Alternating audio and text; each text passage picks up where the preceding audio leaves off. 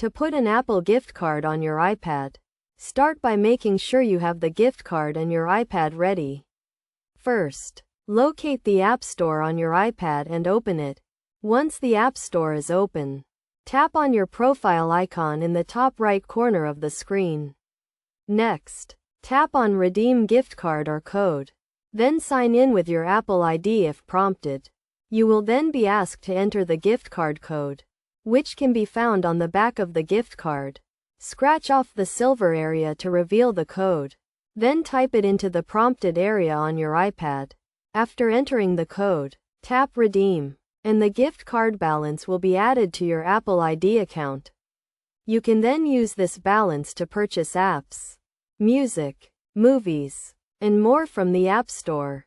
It is essential to note that gift card balances cannot be transferred to other Apple IDs or used for Apple subscriptions such as Apple Music or Apple TV. To check your gift card balance, open the App Store, tap on your profile icon, and then tap on Purchased. Your gift card balance will be displayed at the top of the screen.